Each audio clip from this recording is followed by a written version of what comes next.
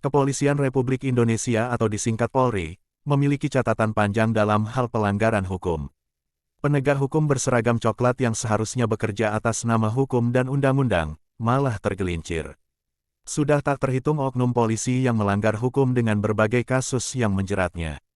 Mulai dari kasus narkoba, pembunuhan, pemerkosaan, korupsi, dan masih banyak lagi. Namun jika dilihat pangkat tertinggi, setidaknya ada 8 nama polisi berpangkat jenderal yang pernah terseret kasus hukum, yang mayoritas adalah tersandung korupsi. Bahkan dari 8 jenderal polisi ini 2 diantaranya nyaris menjadi Kapolri. Dikutip dari satu di antara channel YouTube Dingding TV, setidaknya ada 8 jenderal yang pernah ditetapkan sebagai tersangka dengan berbagai kasus kejahatan. 1. Irjen Verdi Sambo. Dalam sebulan ini publik NKRI terguncang. Satu jenderal berpangkat tinggi dengan jabatan luar biasa, dijadikan tersangka dalam kasus pembunuhan berencana. Dia adalah Irjen Verdi Sambo yang dijadikan tersangka atas kasus dugaan pembunuhan berencana yang menyebabkan Brigadir J meninggal dunia secara sadis. Mantan Kadif Propam Polri diumumkan langsung Kapolri Jenderal Listio Sigit Prabowo sebagai dalang pembunuhan dalam kasus Brigadir J. Dalam perjalanan kasus yang hingga kini masih dalam proses pengungkapan, Verdi Sambo ini membuat skenario palsu untuk terhindar dari jerat hukum. Publik yang menilai adanya kejanggalan, membuat gerakan besar agar Verdi Sambo diperiksa dalam kasus pembunuhan tersebut. Terkait kasus pembunuhan berencana ini, Verdi Sambo disangkakan pasal 340 subsidiar pasal 338 Jo 5556 KUHP. Tak main-main, saat ini Verdi Sambo tinggal menunggu vonis maksimal mati atau penjara 20 tahun. 2. Irjen Napoleon Bonaparte. Jenderal bintang 2 lainnya yang terjerat kasus hukum adalah Inspektur Jenderal Irjen Napoleon Bonaparte. Irjen Napoleon Bonaparte terjerat hukum lantaran upaya dirinya menghapus red notice Joko Chandra. Saat kejadian berlangsung, Napoleon Bonaparte menduduki jabatan Kepala Divisi Hubungan Internasional Polri. Ketika itu Napoleon Bonaparte menerima suap $370.000 AS dan $200.000 Singapura. Jika dirupiahkan uang haram yang diterima Napoleon Bonaparte dari Joko Chandra sekitar 7,23 miliar rupiah. Joko Chandra didakwa melanggar pasal 5 UU nomor 31 tahun 1999 sebagaimana diubah dengan UU nomor 20 tahun 2001 tentang pemberantasan tindak pidana korupsi Jo pasal 55 ayat 1 pertama KUHP. Atas kesalahannya itu, Napoleon Bonaparte dijatuhi hukuman 4 tahun penjara dengan denda 100 juta rupiah. Dalam menjalani masa tahanan, Napoleon membuat ulah dengan melakukan penganiayaan pada sesama tahanan lain, MKC. Napoleon akhirnya didakwa melakukan penganiayaan terhadap MKC, tersangka kasus penistaan agama. TKP penganiayaan Napoleon pada MKC adalah di Rutan Bareskrim Polri, Jakarta Selatan, pada Agustus tahun 2021.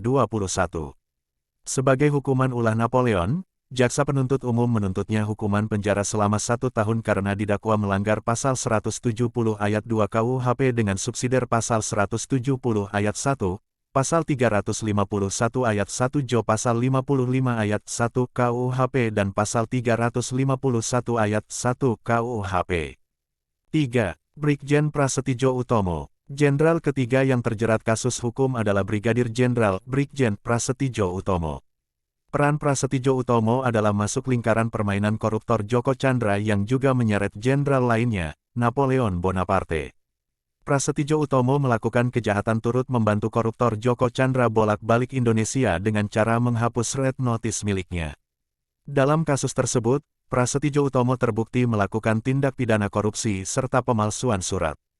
Sebagai imbalan kerja membantu tersangka koruptor, Prasetyo menerima $100.000 Amerika Serikat sebagai suap penghapusan red notice.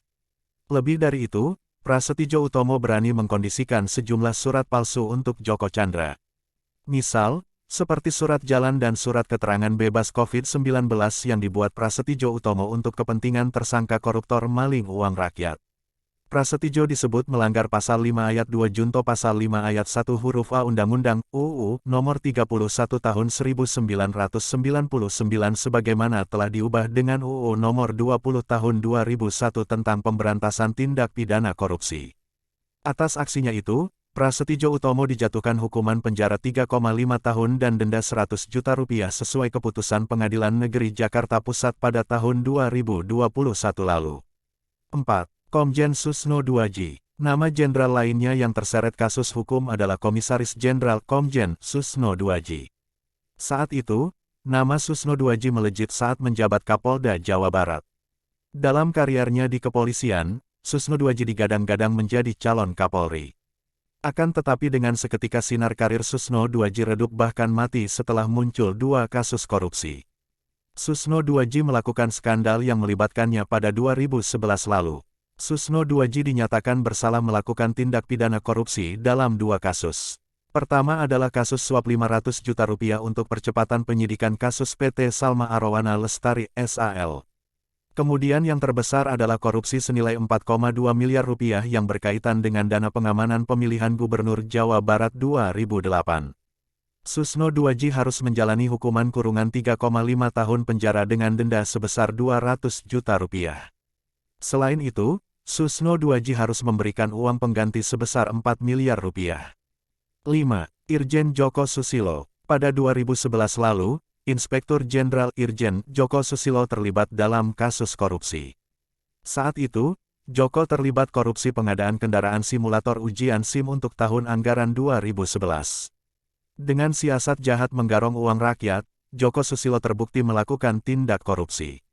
Joko Susilo membuat negara rugi besar, yakni mencapai 121 miliar rupiah pada proyek bernilai total 200,56 miliar rupiah itu.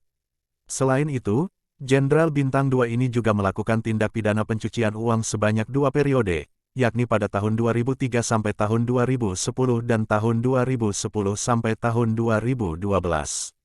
Dalam tindak pidana pencucian uang periode pertama, Joko dijerat dengan Pasal 3 Undang-Undang Nomor 8 Tahun 2010 tentang Pencegahan dan Pemberantasan Tindak Pidana Pencucian Uang junto Pasal 55 Ayat 1 Pertama junto Pasal 65 Ayat 1 KUH Pidana.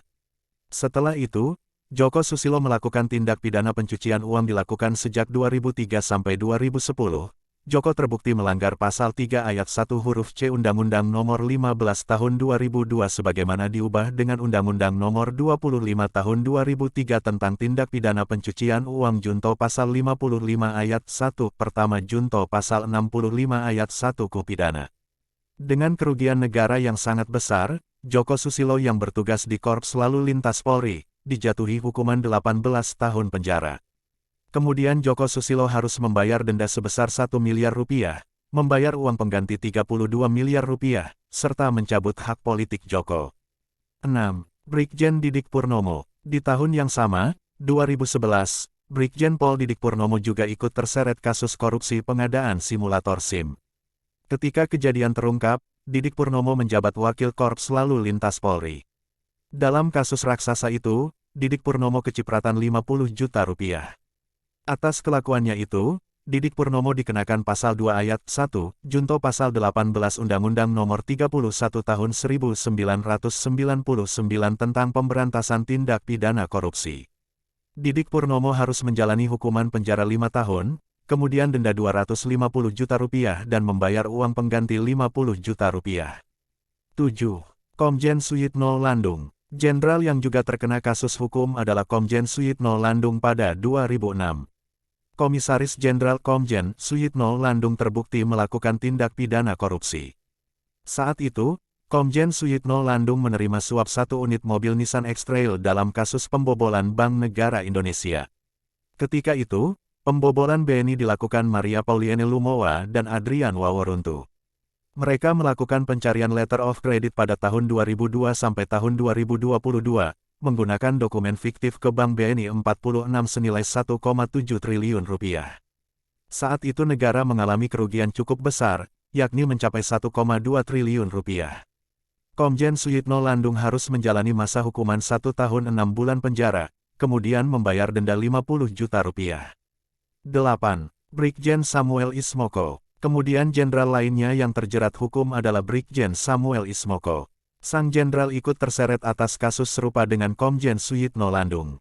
Saat itu, Brigjen Samuel Ismoko telah memberikan keistimewaan pada tersangka koruptor pembobolan Bank Negara Indonesia, BNI, Adrian Waworuntu hingga bisa kabur. Tugas Brigjen Samuel Ismoko saat itu menjadi penyidik dari kasus pembobolan Bank BNI. Namun, Brigjen Samuel Ismoko tergelincir dan terbukti melakukan tindak pidana korupsi dengan menerima hadiah 10 travel check senilai Rp250 juta. Brigjen Samuel Ismoko lantas menjalani hukuman penjara dengan vonis 1 tahun 8 bulan dan denda Rp50 juta dalam sidang di Pengadilan Negeri Jakarta Selatan tahun 2006 lalu. Dari channel Dingding TV menayangkan.